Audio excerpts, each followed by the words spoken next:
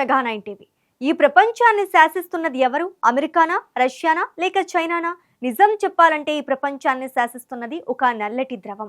అదే ముడి చమురు. దశాబ్దాలుగా మన కార్లు నడవాలన్నా, విమానాలు ఎగరాలన్నా, ఫ్యాక్టరీలు పనిచేయాలన్నా భూమి అడుగున దొరికే ఈ పెట్రోల్, డీజిల్ మీదే ఆధారపడాలి. అందుకే మిడిల్ ఈస్ట్ లో ఏ చిన్న బాంబు పేరినా మన దేశంలో పెట్రోల్ బంకుల దగ్గర రేట్లు పెరిగిపోతాయి. కానీ భూమి కింద దొరికే ఈ చమురుతో ఇక మాకు పని లేదు. నేరుగా గాలిలో నుంచి, నీటిలో నుంచే పెట్రోల్ తయారు చేస్తామంటూ ఒక దేశం ప్రపంచానికి సవాల్ విసురుతోంది.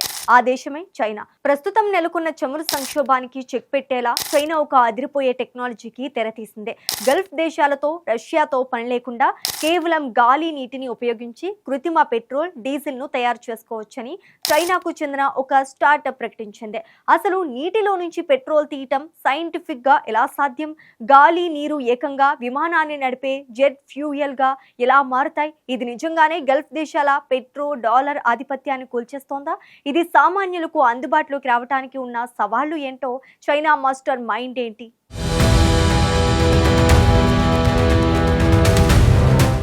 మనమందరం ఎలక్ట్రిక్ కార్లు వస్తే కాలుష్యం తగ్గిపోతోంది, పెట్రోల్ బాధ తప్పుతోంది అనుకుంటున్నాం. కానీ ఒక కారుకు బ్యాటరీ వేయొచ్చు.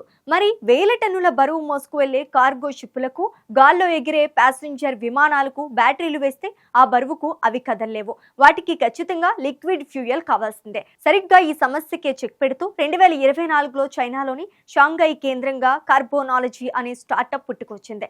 ఇప్పటి వరకు మనం కాలుష్యం అనగానే కార్బన్ డయాక్సైడ్ ను ఒక విలన్ లా చూసాము. కానీ ఈ కంపెనీ ఆ విలన్ ని హీరోగా మారుస్తోంది. ఈ ఫ్యూయల్స్, సింథటిక్ ఫ్యూయల్స్ అని పిలిచే ఈ టెక్నాలజీ ద్వారా భూమి కింద దొరికే క్రూడ్ ఆయిల్ తో ఏ మాత్రం పని లేకుండా ల్యాబ్ లోని ఇంధనాన్ని సృష్టిస్తున్నారు.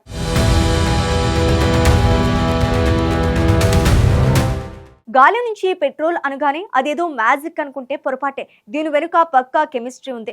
అసలు పెట్రోల్, డీజిల్ లేదా కిరోసిన్ ఇవన్నీ ఏంటి? వీటిని సైన్స్ భాషలో హైడ్రోకార్బన్స్ అంటారు. అంటే వీటిలో కేవలం హైడ్రోజన్, కార్బన్ అణువులు మాత్రమే కలిసి ఉంటాయి. కోట్లాది ఏళ్ల కిందట భూమి అడుగున ఉన్న శిలాజాలు కుళ్ళిపోయి ఈ ముడి చమురుగా మారాయి. ఈ కార్బోనాలజీ కంపెనీ డైరెక్ట్ ఎయిర్ క్యాప్చర్ అనే టెక్నాలజీ ద్వారా వాతావరణంలోని గాలిని భారీ ఫ్యాన్ల ద్వారా పీల్చుకుని అందులో పొల్యూషన్ గా ఉన్న కార్బన్ డయాక్సైడ్ ను సెపరేట్ చేస్తోంది.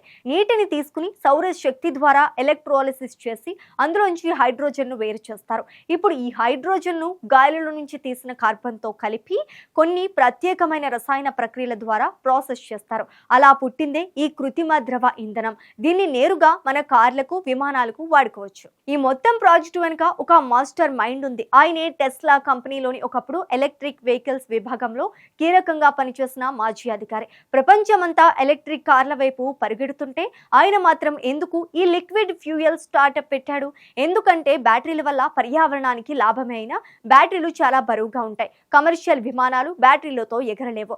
కాబట్టి లిక్విడ్ ఫ్యూయల్ కు భవిష్యత్తులో కూడా తిరుగులేదని గ్రహించే ఆయన ఈ కార్బోనాలజీని స్థాపించారు. చైనా ప్రభుత్వానికి ఉన్న అతిపెద్ద భయం చమురు. చైనా తమకు కావలసిన 70% ముడి చమురును ఇతర దేశాల నుంచే దిగుమతి చేసుకుంటోంది. ముఖ్యంగా మలక్కా జలసంధి గుండా ఇవి వస్తాయి. ఒకవేళ భవిష్యత్తులో అమెరికాతో యుద్ధం చేస్తే, అమెరికా నేవీ ఆ సముద్ర మార్గాన్ని బ్లాక్ చేస్తే చైనా ఎకనామీ రోజుల వ్యవధిలో కుప్పకూలిపోతోంది. తమ ఎనర్జీ సెక్యూరిటీ ఇతరుల చేతుల్లో ఉండకూడదన్న కసితోనే చైనా ఈ ఫ్యూయల్స్ మీద వేల కోట్ల పెట్టుబడి పెడుతూ ఎంకరేజ్ చేస్తోంది.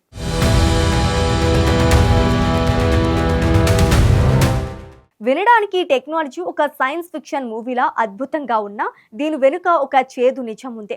భూమి కింద ఉన్న ముడి చమురు తీసి శుద్ధి చేయటం చాలా ఈజీ మరియు చవక.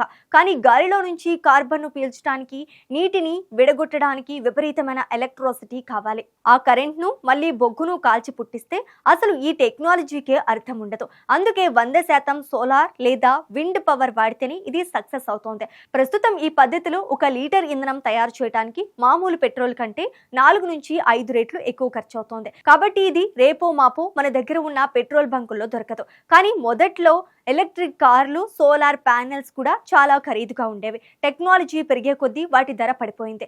రేపు ఈ సింథటిక్ ఫ్యూయల్ తయారీ ఖర్చు కూడా తగ్గితే అది చమురు దేశాల పాలిట అతిపెద్ద మాయపాశంగా మారడం ఖాయం. రాతి యుగం అంతమైపోయినంత మాత్రాన భూమి మీద రాళ్లు అయిపోలేదు.